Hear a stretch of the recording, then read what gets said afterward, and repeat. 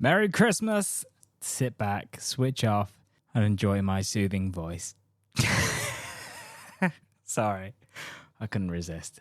In the spirit of things, I was going to do an intro that was kind of jingly, but I've decided that, you guys might be diving into this at some point in the new year, and I'm going to be like, sick of Christmas, sick of Mariah Carey, and yeah, just looking forward to kind of diving back into your work.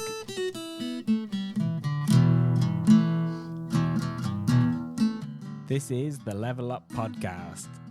I'm your host, Martin Sully, a brand strategist, designer, and founder of Snapper Studio. And I'm on a mission to help you gain clarity and confidence in your brand.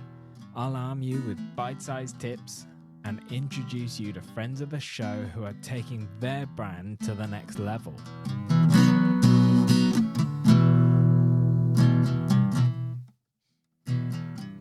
I've planned out the next 12 episodes to give me space to, chat and go through some of your frequently asked questions. And I opened it up to people on LinkedIn and Instagram just to see what questions you had about branding. And this is the plan going forward. We're going to be answering some of those. So thank you again.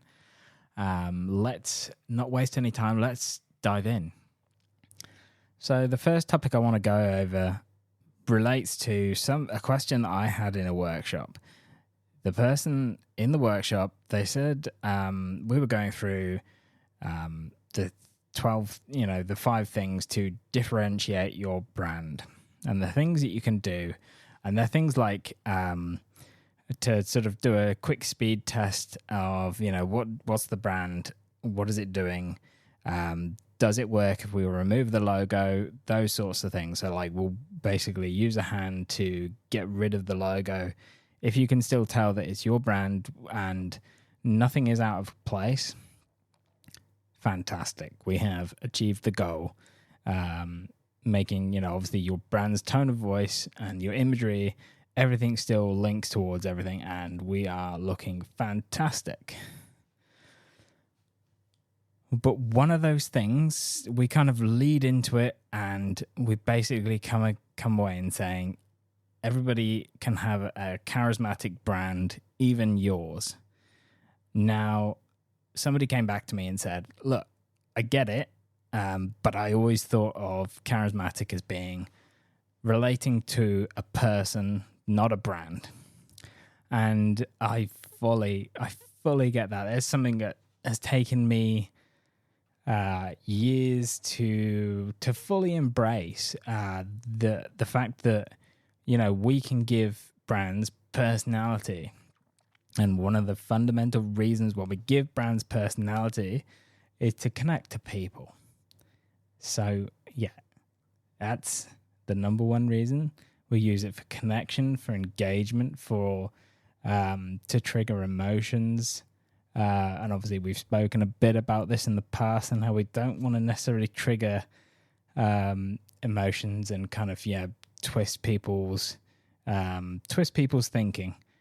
That is kind of the dark side of branding. We've spoken all about that. Episode 12 was a deep dive into that. So if you want to get a little bit of a different perspective on branding of the future, go and have a listen to that episode. It's really cool. So a lot of what we do, and we spoke about it on the podcast with Claire Wheeler and Tara. I think that was episode 15. But basically we've spoken about how there's certain games where we can pull out and build up the charisma in a brand. One of those is taking people to the brand to a cocktail party, pretending it's a person, and giving it key sort of attributes and personality traits. And that's what we all have. We have aspects and personality traits and quirks and wants and needs, and we want to do the exact same thing with your brand. Then the people that are working inside the brand, they're kind of like an extension of the brand.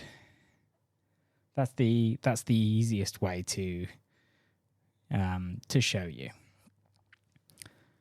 So it's not, it's easier for people to live the brand's values if they can kind of buy into it and they can kind of embrace some of the quirkiness as well.